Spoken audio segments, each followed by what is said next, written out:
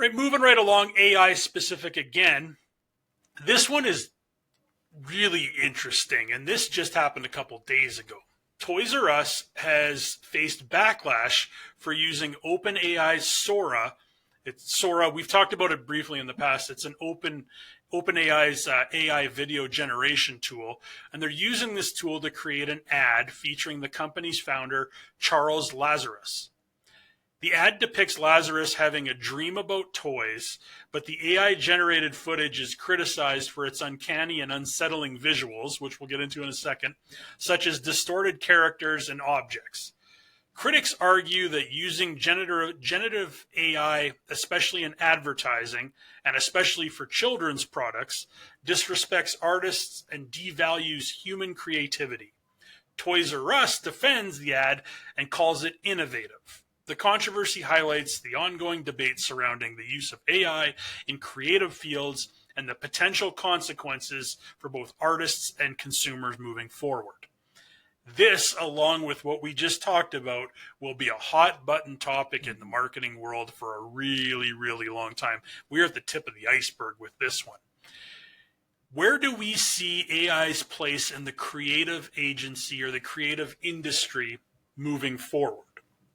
For me, this is a really, really tough one. And I think, when you go and watch this commercial, and you and I chatted about this ahead of time, you said you've watched it once, and just watching it as a commercial, it's like, oh, okay, that's interesting, that's cool, etc. When you go back and watch it again and start to slow it down a bit, there's things happening there where it's like, what? What's that?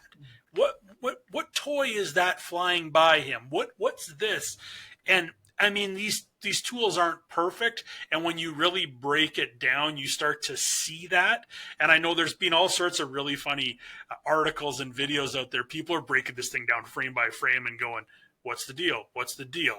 And I get that. But in terms of how it's going to affect the creative industry moving forward, I really hope tools like this enable creatives to be more creative. Mm-hmm. Do I think that's necessarily going to happen? I don't know. For example, my sister works in television and film. She's a writer in television and film.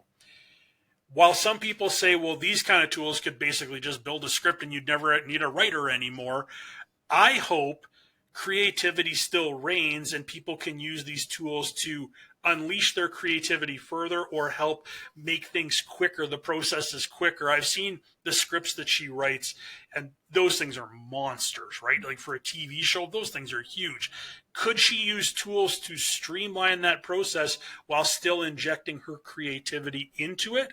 That's my hope. Do I think that's necessarily going to happen? I don't know. And you think about something else. We talked about Star Wars last week, and Chewie's still here. Svelte Chewie hasn't gone anywhere. He's still here. But think about Star Wars movies and the reason that 4, 5, and 6 came out first. One of the big reasons that 4, 5, and 6 came out first is Lucas didn't think the technology was there to properly do 1, 2, and 3, right? Because they required a lot of additional technology. Think about that today, where maybe there's a filmmaker out there with very little budget but has a really cool idea. Being able to use these tools to make that idea a real thing and bring it to life, that's exciting. It didn't remove the creativity from it. It allowed that person to expedite the process, essentially. So my hope is that's the way it goes. I don't know if that's the way it's going to go, but I always think there's going to be a need for human creativity to read the room, to understand the consequences of what's being put out, and to bring that extra level of creativity to something that right now AI can't do. Yeah. Thank you for coming to my TED Talk about creativity. Yeah. And Chewy. Thank you. Yeah.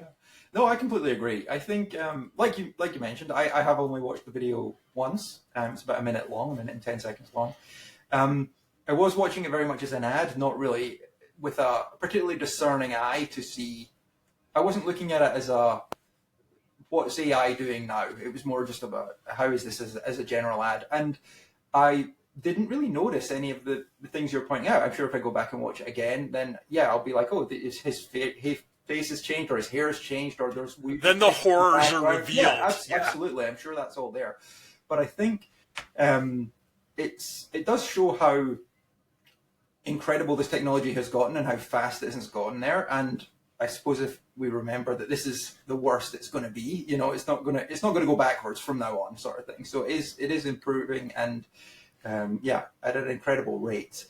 And that's the scary part, as you said. I mean, I think that there are throughout history, there have been numerous technologies that people think are going to be massively disruptive to people in certain areas of work. When Photoshop first came out, a lot of people were concerned that designers and photographers and everything was just, they were going to be without work. And that turned into something that was a great tool for people who were in those professions, or artists who used those.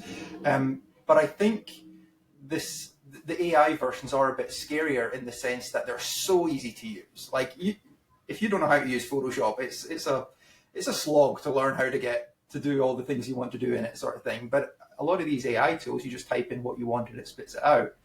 I agree with you that I think it's a great tool for the creative people who could be using it. Like, if you want to make a storyboard, for example, and this AI tool lets you make a storyboard in 5 minutes when it would have taken you, you know, an afternoon or a morning before. That's great. You know, it's helpful, and you can give people ideas right off the bat, and they can say what they like and don't like. And then the creative person would go and take those ideas and actually make the finished product. But I do have concerns that that's not how it's going to pan out, and people are just going to say, oh, well, we don't need a designer anymore because I can type 50 words into this text box and it spits out something that's good enough for what I need. Mm-hmm. And then if that happens, it's just a race to the bottom in terms of quality, I think, at that point, where you're you don't have that artistic insight, you don't have that creative touch. You're just finding something that will do the job and putting it out there. And that's concerning to me.